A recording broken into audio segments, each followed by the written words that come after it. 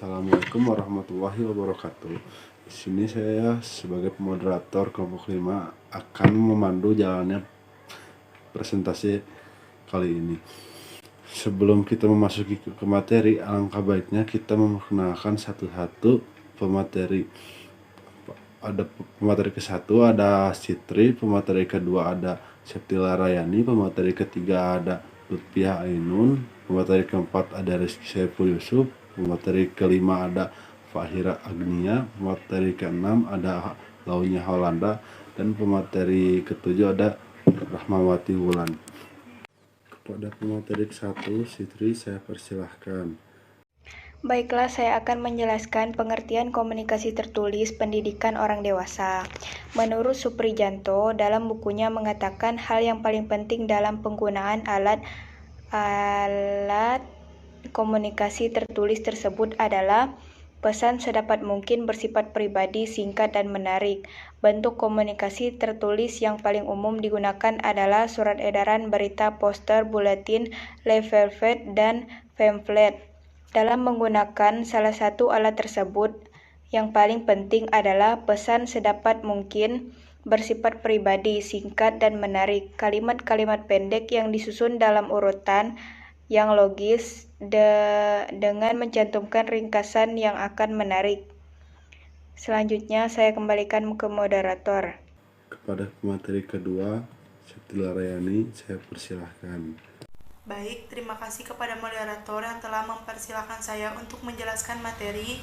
Baik, di sini saya akan menjelaskan materi tentang macam-macam komunikasi tertulis dalam pendidikan orang dewasa. Yang pertama yaitu berita. Berita merujuk pada artikel yang dicetak dalam surat kabar lokal. Untuk memasukkan berita ke dalam surat kabar, sebaiknya meluangkan waktu untuk berdiskusi dengan editor agar dapat menyajikan berita dengan tepat. Dari seluruh media komunikasi tertulis dalam pendidikan orang dewasa, berita terletak pada prioritas tertinggi. Berita dalam surat kabar merupakan sarana penghubung masyarakat dan memiliki nilai yang tinggi.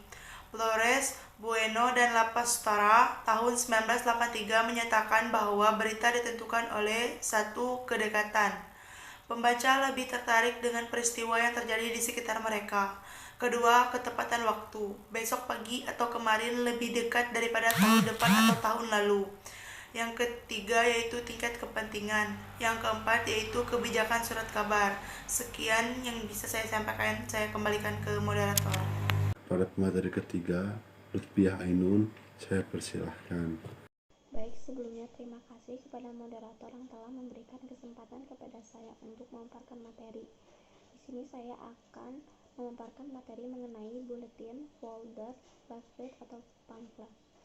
Pesan yang terkandung dalam buletin, folder, atau pamflet harus tertera dengan jelas, lengkap, dan singkat, tetapi tidak dibuat-buat.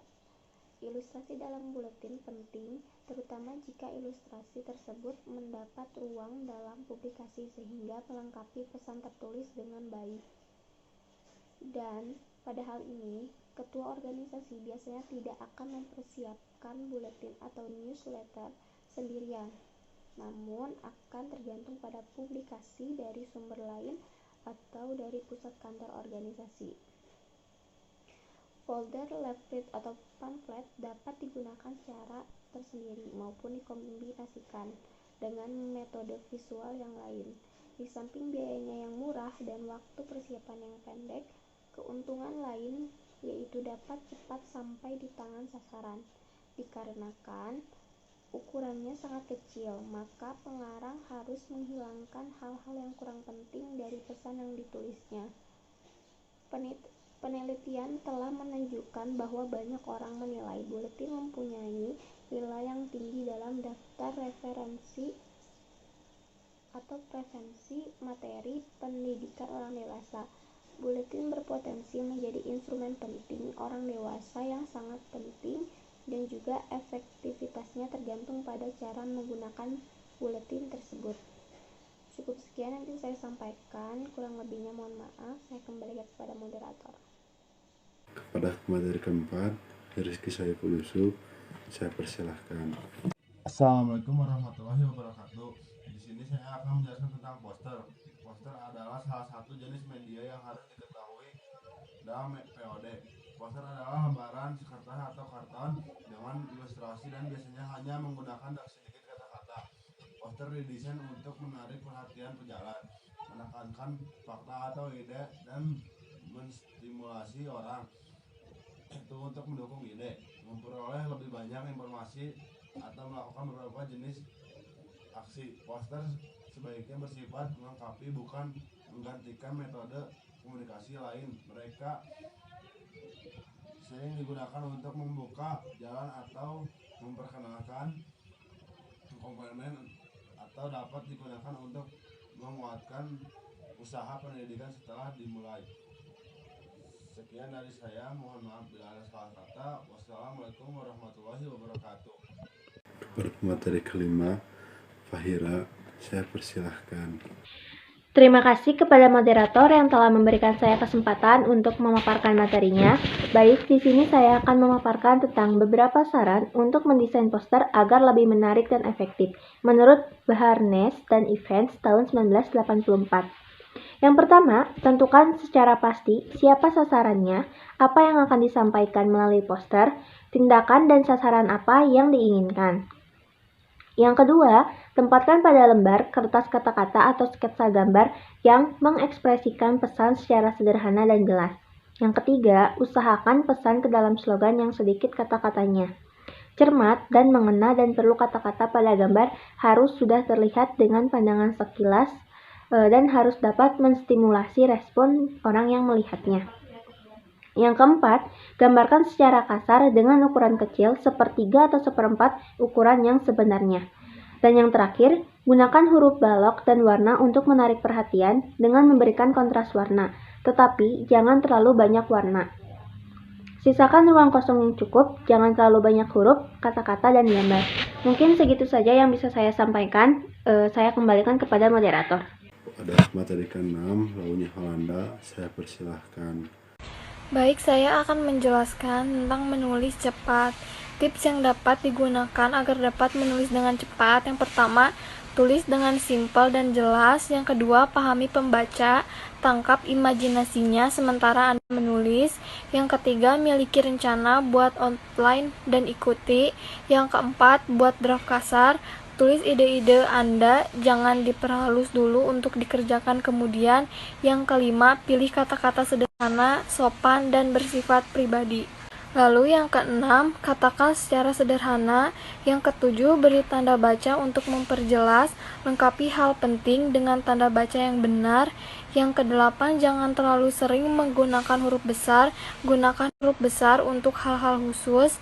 Yang kesembilan, jadilah editor untuk diri Anda sendiri. Yang kesepuluh, minta persetujuan lebih dahulu kepada semua orang yang berwenang dan periksakan sebelum diketik atau diperbanyak. Yang ke-11, selesaikan dengan tepat waktu. Sekian yang bisa saya sampaikan, saya kembalikan kepada moderator. Kepada pemateri ke-7, Rahmawati, saya persilahkan. Terima kasih kepada moderator. Materi selanjutnya yang saya akan jelaskan yaitu tentang menulis agar mudah dibaca. Beberapa hal yang penting perlu diperhatikan dalam menulis agar mudah dibaca. Yang pertama, seperti bercakap-cakap. Menggunakan kata-kata yang biasa digunakan sehari-hari akan membuat pesan mudah dimengerti. Yang kedua, gunakan kata-kata yang pendek dan mudah dimengerti. Bisa menggunakan kata-kata yang panjang jika memang mengungkapkan maksud secara tepat. Namun, jangan lupa bahwa kata-kata yang pendek dan dikenal membuat cerita mudah dimengerti. Yang ketiga, gunakan kata-kata personal. Kata-kata tentang orang dapat membuat tulisan lebih menarik, akan memperoleh manfaat besar dengan kata ganti personal. Misalnya, saya, Anda, ia, kita, dan mereka. Yang keempat, gunakan kalimat yang pendek dan bervariasi. Jangan takut memperpendek kalimat, sepanjang dapat mempertahankan seluruh isi dengan jelas. Yang kelima, gunakan paragraf yang pendek. Batasi pikiran pada satu saat sehingga pembaca dapat menangkap intinya sebelum meneruskan membaca tulisan berikutnya. Yang keenam, susun kalimat dengan urutan yang logis seperti tulis hal utamanya, jelaskan mengapa itu hal penting, daftar semua fakta dan gambaran lain yang harus dimiliki pembaca. Yang ketujuh, cek hal-hal yang penting.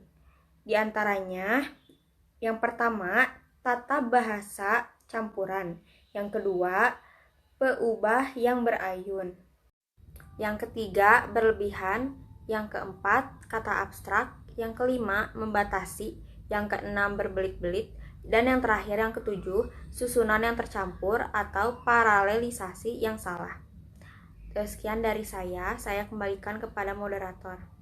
Sekian yang dapat kami sampaikan, kurang lebihnya mohon dimaafkan. Wassalamualaikum warahmatullahi wabarakatuh.